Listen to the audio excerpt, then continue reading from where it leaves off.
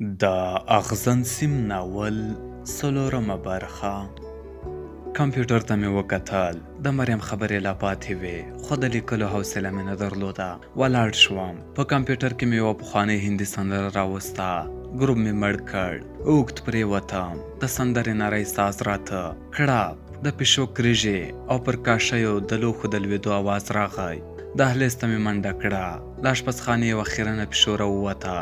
غولي ته مې وکتل. د دهلیز پر سره فرش داسې څه نه و چې د پیشو ویشتلو ته جوړ وي. پیشو د دهلیز له خلاص وره خویه ووته. د اشپزخانې ورته ورسېدم. بله پیشو راووته، خو دا پیشو وروته ده. کیڼه پښه یې درنه پسې اخیسته. تر پیشو مخکې د دهلیز ورته ورسېدم. پیشو نوک ونیو، لار ورنه ورکه وه. بیرته اشپزخانې ته ننوته. ور مې بند کړ. ورغلم. د اشپزخانې پر ګلداره کاشیو ماتې کوکۍ، د وریجو دانې او چیچل شوي هډوکي پراته ول. لړمون مې ور واخیست. جارو ته مې لاس ور وغځاوه. پیشو د ګاز د لویې ډبې تر شا غلې وه. وچې سترګې یې راته نیولې وې. ورخطا ښکارېدله. ور مخته شوم. جارو مې تر سر پورته کړ. پیشو هماغسې راته کتل. په سترګو کې یې معصومیت پروت و. یوه شیبه مې د پیشو سترګو ته وکتل. سترګو یې یوه خبره کوله. ملامت نه یو، په دې واورو کې څه وخورو؟ نه پوهېږم. ماته یې په سترګو کې همدا ټکی ښکارېده. پیشو ته مې لار ورکړه. دهلیز ته ووته. په وره کې یې نوک ونیو. راویې کتل. پوه یې کړم چې د دهلیز دروازه پورې کوه او ککړ لوښي سبا ته مه پرېږده. غولي ته مې جارو ونیوه. د غاب ماتې ټوټې مې راټولې کړې. کله چې کوټې ته لاړم، سندره ختمه وه. یخنۍ واخیستم. ګروپ مې بل کړ. بخارۍ ته ور وګرځېدم. غټ غوړ لرګي ته مې د اورلګیت دانه ووهله. وار له واره یې پر شو. لمبه تر نورو نیمه سوځېدلو لرګیو راتاوه شوه. خوب نه راته. بیرته کمپیوټر ته کېناستم. مریم ویلي و. ماښام قضا دروازه وټکېده. پلار مې ور ووت. بیرته راغی. رایاده یې کړه چې باید لاړ شو. تیاري ته ضرورت نه و. باز په حجابو کې مو ځانونه ونغاړل. پلار مې د اوږې بکس ور واخیست. همدا یو بکس و. د ټولو کالي پکې پراته ول. لاندې ښکته شو. په یو ډنګر ځوان پسې مو ګړندي ګامونه اخیستل. ساه مو لا نه وه سوځېدلې چې په یو کور ننوتو. لویه حویلي وه. ډله خلک ښکارېدل. ډېری یې تنکي ځوانان ول. د غاړې له بکسونو یې پوه شوم چې د سفر نیت لري. یوه دیوال ته ودرېدو. شاوخوا مو وکتل. شین ډکی نه تر سترګو کېده. ټوله ځمکه خوړه وه. ځای ځای د تیلو زړې بوشکې پرتې وې. لویه دروازه خلاصه شوه. یوه سیټه باړۍ لرونکی کوچنی موټر و. تیزه رڼا یې پر ولاړو خلکو لګېدله. موټر ودرېد. ځوانانو منډه ور واخیسته. هر یوه هڅه کوله چې لومړی باډۍ ته ور وخیژي. د موټر له سیټه دوه تنه راښکته شول. ایراني پارسي یې ویله. دوی په نرمه ژبه د نوبت غوښتنه کوله. باډۍ ډکه شوه. د خلکو ملاوې ترې راوتلې وې. موټروان زموږ خواته اشاره وکړه. پلار ته مې وکتل. حیران و. ورغی. له خبرو یې پوه شوم چې زموږ ځای هم د موټر باډۍ ده. پلار مې تر ډېره ورسره و. لاسونه یې خوځېدل. داسې راته وایسېد چې ځای مناسب نه ورته ښکاري. وروسته راغی. بله چاره مو نه درلوده. ورغلو. موټروان د باډۍ په پورته سر کې ځای راته جوړ کړ. زه او مور مې په منځ کې کېناستو. یوې خواته مې د پلار ځای ونیو او بل لور ته مې هم ورور. خو بیا مې هم له زنګنو سره د مخامخ ناست ځوان ملا لګېدله. موټر ته مې وکتل. په وړه باډۍ کې 14 تنه ناست ول. دوه نور راغلل. ځای نه و. د باډۍ په وروستۍ برخه کې له موټره پر وتلو دړو کېناستل. موټروان باډۍ ته نږدې ودرېد. مسافرو ته یې ډاډ ورکړ. ویې ویل چې ځانونه کلک ونیسئ. ساعت وروسته به په زاهدان کې یو. موټر حرکت وکړ. څراغونه مړه ول. د سپوږمۍ په کمزورې رڼا کې یې لاره پرې کوله. کله چې به د موټر ټایر کومې کندې ته ور ولوېد، ملا به مې په شدت شاته پر ولاړو اوسپنو ولګېده. دوو ځوانانو په ټیټ غږ خبرې سره کولې. له غږېده یې پوه شوم چې روان موټر سیمریغ نومېږي. وروسته مې زړه ولړزېد. یوه یې وویل چې تېره اونۍ په همدې ځای کې ډزې ورباندې وشوې. موټر ودرېد. له موټروان سره ناست برېتور سړی راښکته شو. لرې بل ګروپونه یې راوښودل. ویل چې ایرانۍ پوسته ده. نه به خبرې کوئ او نه به هم سګرټ ته د اورلګیت دانه نیسئ. وروسته یې ګامونه واخیستل. ما تر هغو پسې کتل چې په تیاره کې ورک شو. موټر حرکت وکړ. ورو روان و. باز د بني ادم تګ یې کاوه. ناست کسان غلي ول. حرکت یې نه درلود. ان د ساه ایستلو غږ یې هم نه راته. ورور ته مې وکتل. په توره غټو سترګو کې د سپوږمۍ رڼا ګډه وه. مخامخ لاړو. بل ګروپونه رانږدې شول. یو سیوری راغی. هماغه بریتور سړی و. موټر ودرېد. سړي موټروان ته څه وویل. ماشین مړ شو. سړی باډۍ ته راغی. له ما، ورور، مور او یو بل کوچني هلک پراته یې ټول له موټره ښکته کړل. له ډلې یې 7 پیاوړي کسان پرېښودل. پلار مې هم پکې و. پاتې مسافر له برېتور سړي سره په تیاره کې ورک شول. ولاړو کسانو د موټر د باډۍ پر شاتنۍ برخه زور راوست. باډۍ جټکه وخوړه. ټایرونه تاو شول.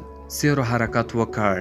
موټروان د سیټ تر ښیښې سر راایستلی و. مخکیني ټایرونه یې هوارې ته سیخول. موټر په مړه ماشین روان و. ما بلو څراغونو ته کتل. نږدې ول. سپینه رڼا یې پر ایراني بیرغ لګېدله. ناڅاپه موټر ودرېد. د باډۍ وروستۍ برخې ته مې وکتل. یو هم نه و. غڼۍ مې اوږده کړه. ټول پر ځمکه پراته ول. پر اوږه مې فشار راغی. د موټروان لاس و. پوه یې کړم چې سر ټیټ ونیسه. پوستې ته مې وکتل. عسکر و. د لاسې بتۍ سپینه رڼا یې تر موږ نه رارسېدله. عسکر یوه شېبه ولاړو. وروسته کوټې ته ننوت. پر ځمکه غځېدلي خلک پورته شول. لاسونه یې د موټر پر شاتنۍ برخه کېښودل. موټر حرکت وکړ. له سرحدي پوستې واوښتو. موټر ګړندی شو. جمپونه نه احساسېدل. له باډۍ مې سر ویست. ټایر پر توره لیکه تاوېده. بل څراغونه ورو ورو لرې کېدل. په ستړو کسانو کې مې د پلار د ساه ایستلو غږ لوړ و. ښه شېبه ووته. موټر ودرېد. شاوخوا مې وکتل. د سپوږمۍ رڼا سپینه وه، خو نږدې غونډۍ تورې ښکارېدلې. د موټروان ورو شپېله کې مې واورېدې. د پله لاندې ډله کسان راووتل. ټول باډۍ ته راوختل. برېتور سړی له موټروان سره کېناست. موټر په مړو څراغونو ګړندی روان و. د باد پر هارې خود. د حجاب ژۍ مې له بغور یعنې اننګي سره لګېدله. پاو ووت. لرې 2 څراغونه ښکاره شول. رڼا زموږ خواته را روانه وه. موټر ورو شو. خامې ته ولوېد. مخکې لاړ. ودرېد. رڼا تر ټیټې غونډۍ پټه وه. 2 مسافرو په یوه خوله وویل: ګزماده. د موټر له سیټه خلاصې ګوتې راووتې. ټول غلي شول. رڼا د غونډۍ له بلې خوا راووته. نیغه د پوستې کمزورو څراغونو ته ور روانه وه. موټر حرکت وکړ. پاخه سړک ته وخوت. تګ یې تر پخوا چټک و. له غونډۍ ووتو. د سپوږمۍ رڼا تر لرې رسېده. هواره دښته وه. مخکې لاړو. ګڼ څراغونه ښکاره شول. نه پوهېدم بازار که کوم عسکري ځای. د موټر د ماشین غرهار ایښود. باد تیز لګېده. ټیکری مې د زنې دواړو خواو ته ټینګ نیولی و. ناڅاپه درب شو. سپېرې دوړې تر موږ تېرې شوې. ورور مې تر مټ ټینګه ونیولم. موټر خامې ته ولوېد. خو تګ یې د پخوا په څېر ګړندی و. یو دم کوکه شوه. ورور مې. په بیړه مې ور وکتل. د باډۍ په وروستۍ برخه کې یو سړي چغې وهلې. له موټر وتلې دړې ته مې پام شو. زړه مې ولړزېد. څوک نه و. د سړي له کوکو سره ژړا ګډه شوه. موټر ودروئ. د موټر ټایرونه په وړو ډبرو وښویېدل. خلک په دوړو کې پټ شول. سړي ټوپ کړل. د پاخه سړک خواته یې منډه ور واخیسته. برېتور سړي تر ښیښې سر راویست. یو مسافر په بیړه وویل: ورور یې ولوېد. موټر حرکت وکړ. پلار مې د موټر د سیټ بام ته سوکان ونیول. موټر ودرېد. موټروان راښکته شو. په غوسه و. ویل چې خپلې غاړې مې در باندې خلاصې کړې وې. څوک چې ولوېدل نو ولوېدل. زه نشم کولی چې د بل لپاره خطر ومنم. یو مسافر پر چغه کړه: دا څنګه مسلمانې؟ کړس شو. مسافر خپل مخ ته لاس ونیو. ورور مې زما پر اوږه سر کېښود. موټروان بیرته سیټ ته ور وګرځېد. موټر حرکت وکړ. لرې 2 تنه ښکارېدل. ناست سړي ځمکې ته سوکان نیولي وو. نرۍ چغې یې راتلې. بل په تورو خاورو کې پروت و. د مریم خبرې ختمې شوې. بخارۍ ته مې وکتل. سره وه، خو تاوې تر کمپیوټره نه رارسېده. سهار دفتر ته لاړم. یو ملګري مې کوژده کړې وه. نورو همکارانو شیرني ترې غوښته. بس سلا په دې شوه چې غرمې ته به ماهیان راباندې خوري. همداسې مې وکړل. 6 تنه پر 12 بجې له دفتره ووتو. نږدې ځای د خیرخانې قلعه نجاره وه. ورغلو. په یخه هوا کې د ماهیانو خوراک خوند وکړ. د چا د سورولو په وخت ټلیفون راغی. حیران شوم. مریم وه. دې به یوازې له ماښامه وروسته ټلیفون کوو. د باندې ووتم. بخښنه یې وغوښته. رایاده یې کړه چې د کار په وخت کې مزاحمت وکړ.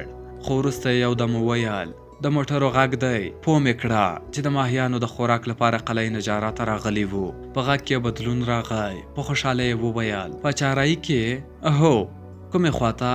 شمال. خو په جنوبي برخه کې ښه ماهیان ورکوي. ته ورته وګوره.